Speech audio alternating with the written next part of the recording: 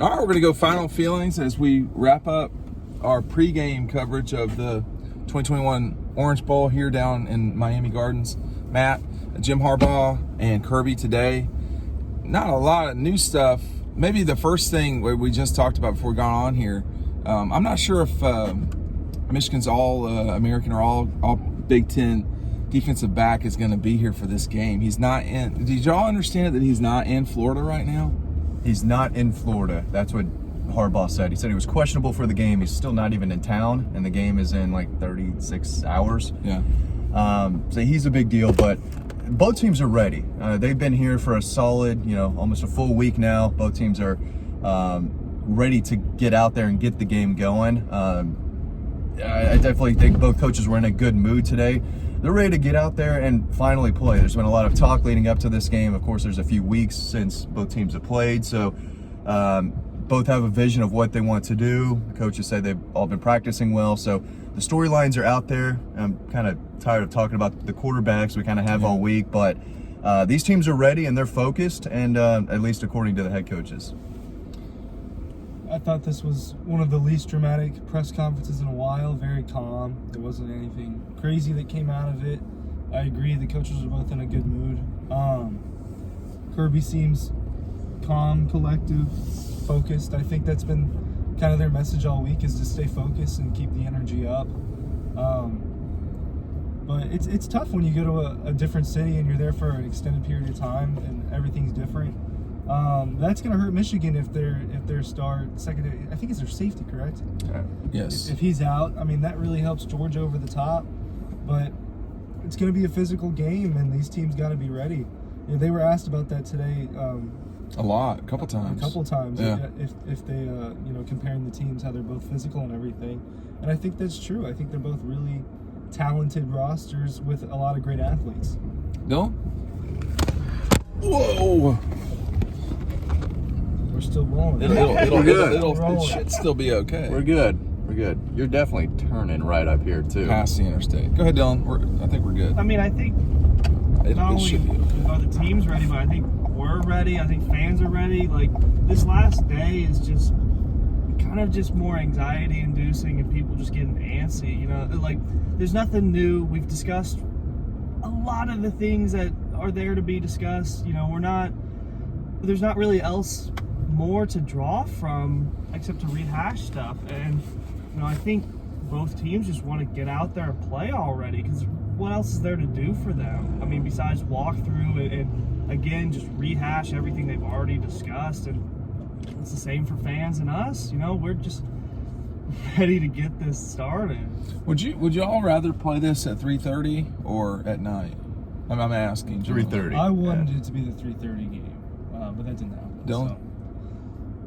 For like my health, like the earlier one, but I like the night game. I do too. Yeah. It'll be nicer out too, I think. Well, I think the weather is like the least. It might be warm.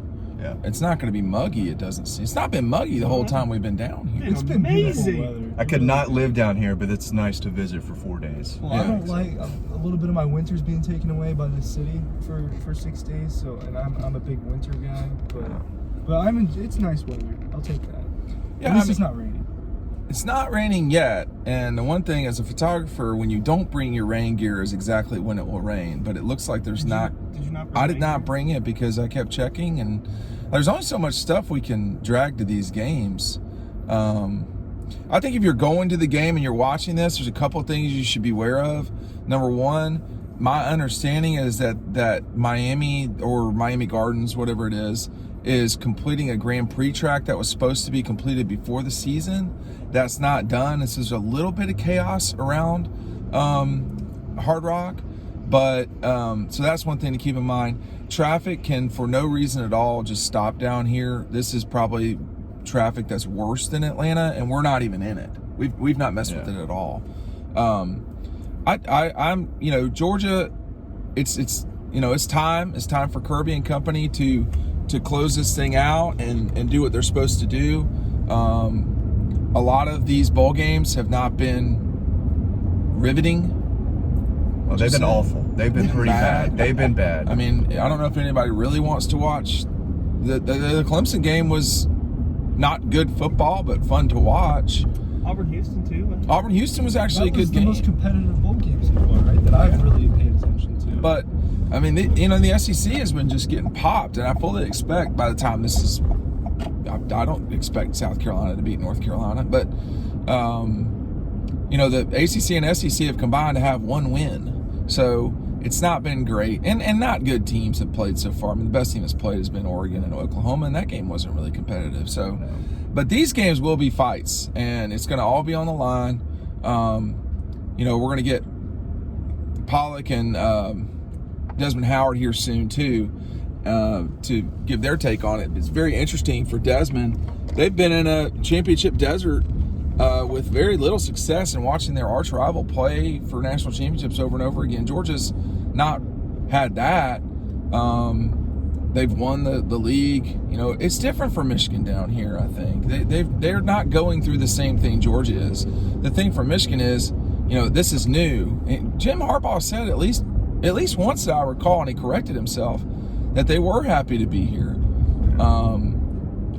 Georgia's prepared for these big type of games before over the last few years, whether it's an SEC championship, a Peach Bowl, or the Rose Bowl, so on, and now for this. So this team knows what they're supposed to do in the week leading up to here, and there's a quiet confidence, I think, around the group. They're all going out and having fun, enjoying Miami and so on, but there has been a lot of downtime, which just means the team who really does focus in the hardest could be the team that jumps out to an early lead, and I think that's very important, especially for a team like Georgia, because the last thing they want to do is get down a couple scores, and then the game plan kind of changes. You want to run the ball for 4 quarters, but if you get down, we really haven't seen this team be able to come back because they haven't been down for much of all season. But of course that happened in Alabama. We saw what happened. So it's it's important to get out to a quick and effective start for sure. And it all goes back to preparation and leading up to the game and how the team has, focuses really. All right, I'm going to go to Dylan first, and then to Ryan, and then to Matt. What happens in this game and why? I mean, it's a slugfest, especially in the first half. It might pick up a little bit in the second half, but that's a maybe. Again, physicality. It's not going to be high flying like the Alamo Bowl was at times last night. What's the over under? Like 45.5? Yeah, it's low. And it might be under on that. I mean, I don't think it's going to be any much offensive explosion, at least. And I know people think Georgia's going to beat the shit out of them. But I think it's going to be closer than that. I think Georgia will have a firm grasp on the game, but I don't know if that means they're going to be pulling away until the fourth quarter. I think Georgia's the better team. I think that they've been the better team all year. I understand that Michigan's the hottest team in the country, but when it boils down to just who the better football team is, I think that's the Georgia Bulldogs, and I foresee some sort of a slugfest too. I don't think it's going to be high scoring. I think Georgia wins by single digits. I don't know if that's 3 or 6 right now. I don't have a final score prediction quite yet, but expect that 27-21, 27-24 range. And I think that Georgia's mentality is the best it's been all year since the summer. When we talked to them, I think this is the most focused they've been since before the season started. I think that this is the best mindset Kirby has been in from what we can see from our point of view since the summer. And we saw them come out firing this year and dominating when they had that mindset. And it's a long football season, and I think that they're going back to that, and I think that's going to be trouble for Michigan if the better team is coming out and playing with their highest energy. I think Georgia's health is going to be the reason they win this game. Give me 24-21, late field goal. I think Georgia wins the game. But I think Michigan is going to run the ball effectively, and we're going to see that they do have a stout defense. I could see both offenses scoring early on. A couple touchdowns and a late Georgia field goal at the end of the game, I think gives them the advantage. So under, I guess. Going under. Yeah, 24-21. That's 40. We'll just say whatever it is. You'll adjust the score to go under. Yeah. I'm dumb enough to think Georgia wins this game as well. I think they're the better team. I think that it could get to a 14-point win or something like that. I also think I think that by the end of the first quarter, you know, like every game that Georgia's played this year, you'll know who the better team is. The only time that changed was the Alabama game. So you'll know at the end of the first quarter if you're in good shape or not. Secondly, I think, you know, Georgia's more diverse in its ability to attack offensively than Michigan is.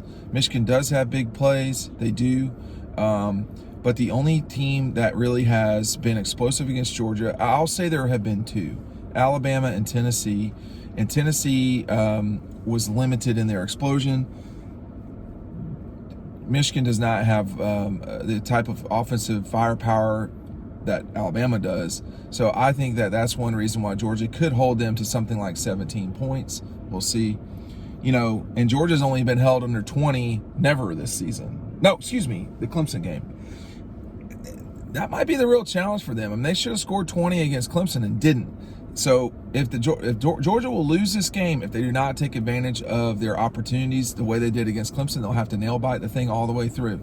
If they do what they're supposed to do, they could certainly win the game by 10 to 14 points. I do not see either of the playoffs being a blowout. Sorry, Alabama fans, but you know, I think both games are in question. But I will take Georgia and Alabama, and we'll see what happens just after that. Thanks for everything watching this season. This could be our last riding home leading into a game. It won't be the last for the season. We'll get you on the flip side after Georgia and Michigan play in the 2021 Orange Bowl. Again, thanks for watching this entire season, and maybe we'll have some more of these. We'll see.